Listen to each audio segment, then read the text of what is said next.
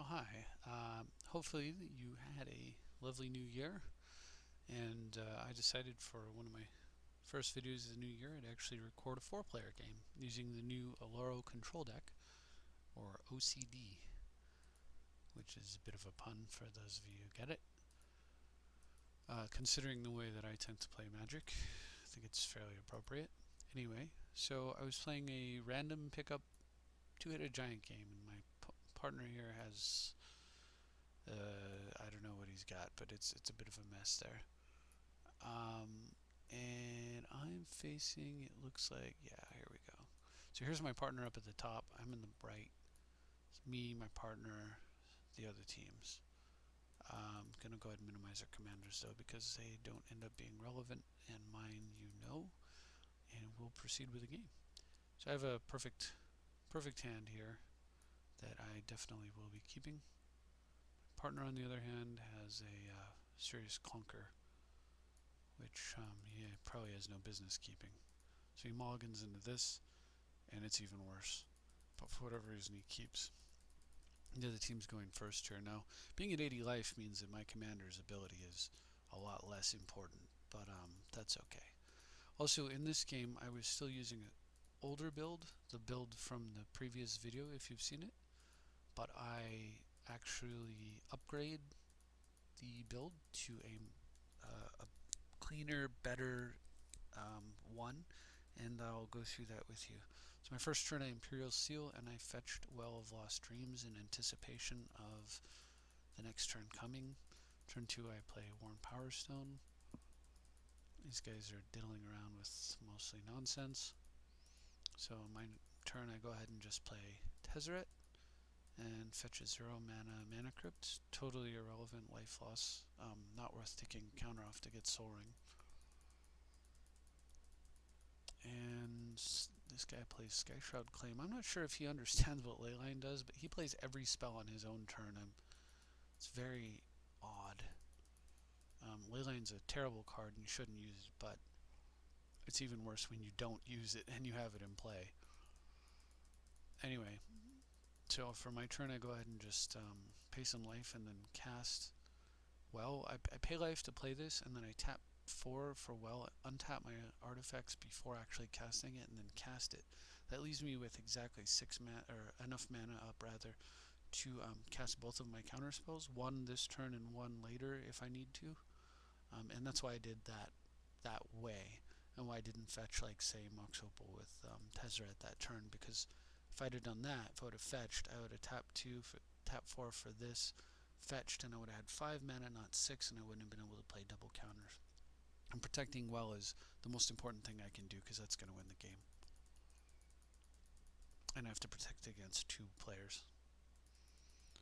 So my partner continues his campaign of doing nothing over there. And I am able to draw 2 cards, and I find this is out now. It's a great card, don't get me wrong, but I've replaced it with a better card, and I'll explain that at the end of the video if you stick around for that. So Tezzeret fetches a 3 mana copy artifact effect, and I copy the Well, and then on my turn, spending 2 mana, I go ahead and copy the Well, and now I get to draw 7 cards per turn. And actually I wasn't intending on using all of it. I was intending on giving myself redundancy in the face of potential removal, since I see both white and green. I figured somebody was going to kill one of them at least at some point. This guy plays a Gilded Lotus, which is very powerful, and I would have countered it, but I figure I'll just go ahead and tuck it away with Unexpectedly Absent, and then decide if I want to counter it later. His partner, however, plays Urban Evolution, and since it's the last mana spent on their team, I go ahead and throw a counter at it. But the guy with Gilded Lotus now has blue mana, and he's able to mana drain my counter, so he gets to Urban Evolution anyway. Too bad I didn't counter the Lotus. On the other hand, if I would have countered, say, the Lotus with Buyback, and then countered the Urban Evolution, that probably would have been the best play for me, but oh well. I didn't. So my partner finally gets some mana and is able to cast a mana elf. Meanwhile, I'm drawing 4 cards this turn, 5 cards this turn. So I go ahead and just fetch and untap, and then kill the guy's Lotus. I put it on top of his library knowing full well he's about to get mana from my counterspell and recast it here, but I plan to counter that with buyback, and I do, and it resolves successfully. So his partner does nothing, my partner does nothing, doesn't even attack with his 1/1, probably because of Caltrops, no big deal there. So I draw 2 cards, and I draw 2 cards, and then I decide I'm going to draw 1 card and leave my 2 mana up in case I need to cast Muddle. And then I untap those lands, those artifacts with Tez, cast myself an Overflowing Chalice, set on 2. I think we're glitching here. Are we glitching? No, replay glitch. No. Okay, it comes down. There we go. Chalice set on 2. And these 2 opponents start discussing the fact that they're not going to play anything. And I say sorry, and he says don't be, and I says my plan is to ultimate Tez with enough counters to ensure you both die at the same time. I meant enough counters to protect the board situation. I'm going to ultimate Tez and attack for 70, 80 points of damage here. And the other guy says he's going to call it good game if there's not much he can do about it, and there isn't, considering his mana is so horrible. So they give up, and 1 deck beats 2, as it should, when it's as good as this beast. So, as promised, I wanted to explain the changes that were made. Unexpectedly Absent and Toxic Deluge, 2 of the new cards, the Black Sweeper and the White Pinpoint Instant Vindicate, which is kind of amazing when you talk about it that way. They both actually got cut, and the reason they got cut is the white card was replaced with Rift, and it was replaced with Rift because Rift is in the same casting cost slot, so you can muddle for it just like you could with Unexpectedly Absent. It also is a way to basically deal with opposing gods, but simultaneously you can deal with everything else using a Rift, including untargetable things that the Unexpectedly Absent couldn't handle. And while Unexpectedly Absent is better under a Isochron Scepter, you're certainly not going to complain if Rift is under a Scepter. You can't overload cost it, but you can make them pay to play anything over and over and over and over and over. Anyway, the other thing though is being a blue card, you can Merchant Scroll for it, and you can, and so it is easier to fetch the Rift and has a greater impact on the game typically when you play it than what Unexpectedly Absent does. UA is better though against, like, say an early Edric or something, so it is a card to keep in mind, and will be a card that might make an appearance again. We'll see. As for Toxic Deluge, it was replaced with Supreme Verdict. Even though Verdict is more expensive, it's only slightly more expensive, and being uncounterable means against a deck like Edric, which you want to think about like your potential threats, right? So in the classic paradigm of Magic, you have aggro. You have aggro control beats control. Aggro beats aggro control. Aggro control beats control. Control beats combo, and combo beats aggro. This is like the four-way chain that goes round and round. So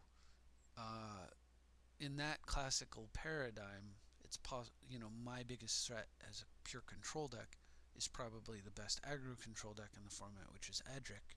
So we want to keep that in mind, and with that in mind, Supreme Verdict is a better removal spell simply because they can't protect against it. I can't tell you how many times playing Edric somebody plays this against me and I'm just like pissed off because I'm sitting there with counter spells in my hand, the game should already be over and I can't play them.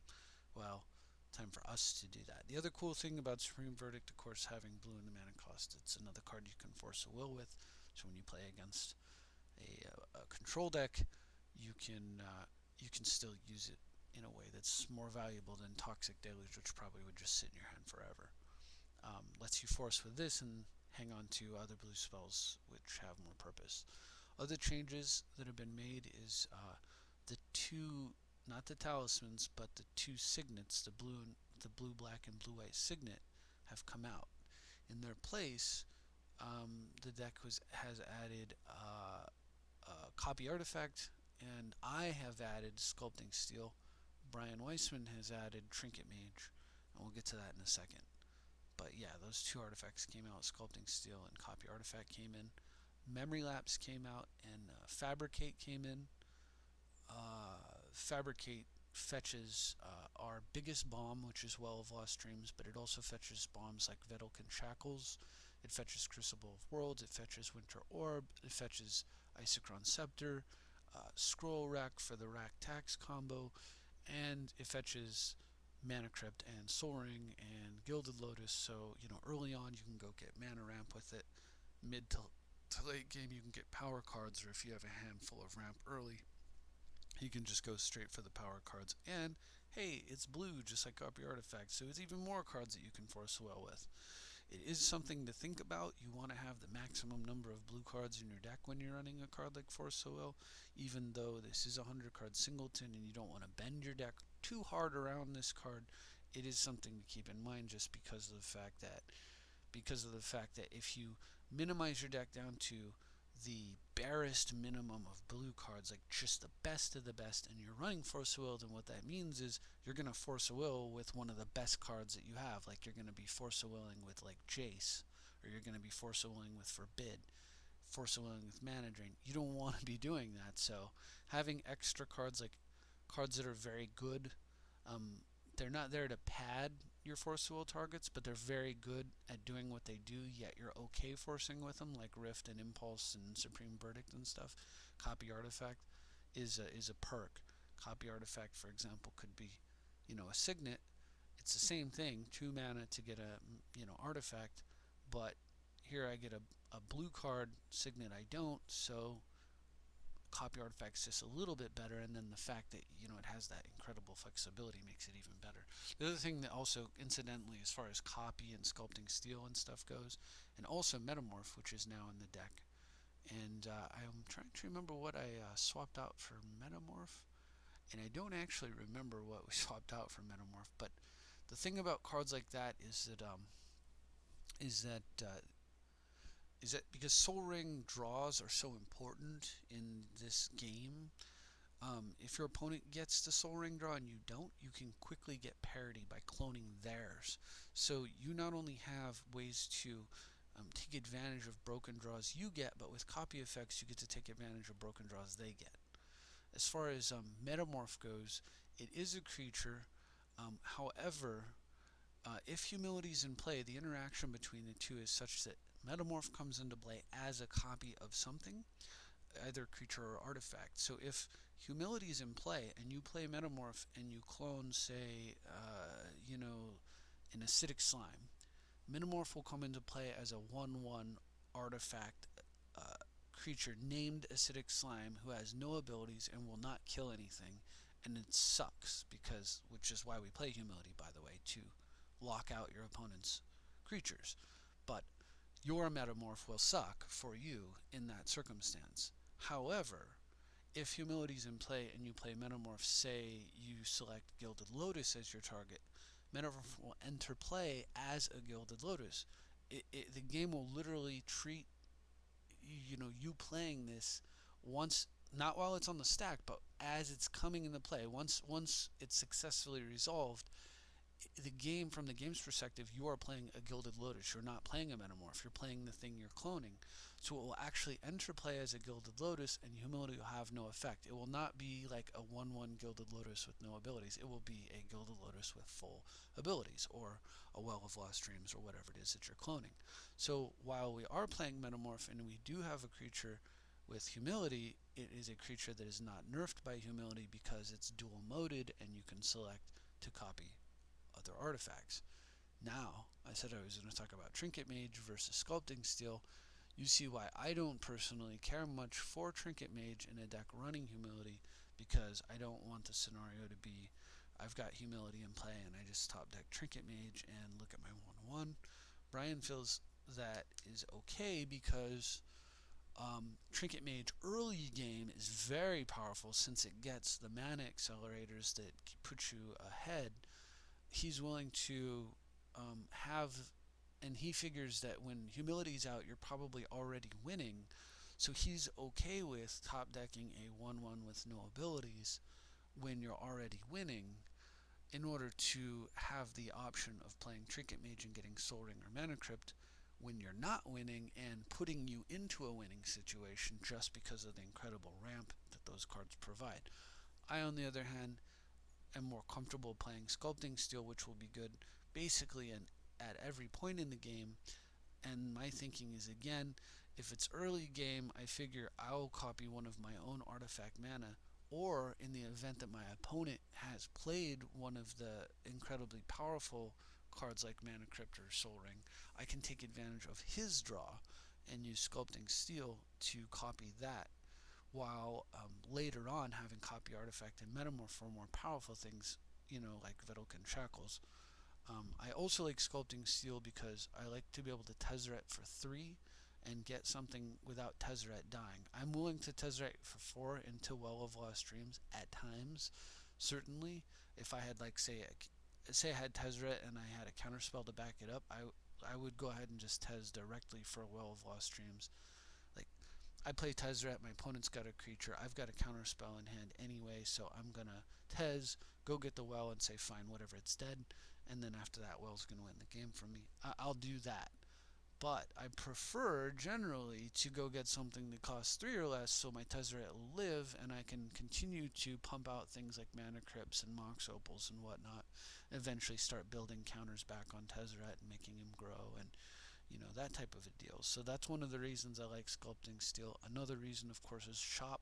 If my opponent goes first turn Soul Ring and I go first turn shop, I can just shop, Sculpting Steel to Soul Ring, and we carry on with the turn. Of course, it can do similarly if they go first turn Soul Ring, or if I go first turn Mana Crypt, I can just go any land, Mana Crypt, clone the Mana Crypt, and while that would typically be a lethal thing to do in classic control deck, you're going to kill yourself eventually with double Mana Crypt on turn 1, and in Oloro deck, it's no problem whatsoever. So there's another reason why I like Sculpting Steel. It takes advantage of my ramp draws and their ramp draws, works good with Tezzeret, works good with shop. And if you're cloning a Soul Ring for 3 mana versus playing a Trinket Mage and casting the Soul Ring, which will cost you 4 mana, it's actually cheaper. And if you're playing it off a shop, of course, it's super cheap. All that said, between the two cards, truly the more powerful card is Trinket Mage, simply because it leaves a body behind which can chump block for a turn, which can be very useful when you have, like, say, a Planeswalker in play. It it consistently gets the power card. Sculpting Steel only functions if something powerful is in play already. So Trinket Mage has more consistency. But I don't know which card is going to ultimately be the one that we settle on. By each of us playing a different one, we can give each other feedback, and then that's how we'll arrive upon, hopefully a consensus. Or it's quite possible that we'll both disagree ultimately, and maybe we'll just have 98 cards the same and one card different. I don't know, but we're definitely going to start there for now, and then use our experiences to inform the other person about what what seems to be working for us and why. So I leave it to you, if you're going to make this deck, certainly to decide between Sculpting Steel and Trinket Mage, and then to decide if you would like to play Unexpectedly Absent and Toxic Deluge, either in place of the cards that have replaced it, Supreme Verdict and Rift, which I think would be a mistake, or in place of other cards perhaps. Like, for example, maybe you don't like all these copy effects, maybe you just want Metamorph, which of all three, this is clearly the best one. You could potentially pull out, say, Copy Artifact and Sculpting Steel, Trinket Mage and Brian's version, and then just play Unexpectedly Absent and Toxic Deluge if you feel like you need more removal versus more ramp. It's another way to go too. So I don't know. We'll see how things shake down. But meanwhile, this deck, Brian went 12-0 with it. I think I'm somewhere around 12-0, probably closer to like 20-0 actually, the more I think about it. This deck is crazy. It's super good, super, super, super consistent. The commander's way overpowered, and I love it. That's exactly what we want to be playing. So I hope you enjoyed the video and all the discussion, and I hope that that has helped make clear all the thought process behind the controversial cards, and I'll consider doing a video in which we discuss the actual card for card selection, but that'll have to be for another time. Thank you for watching. Happy New Year, everybody, and enjoy 2014. I'll see you next time.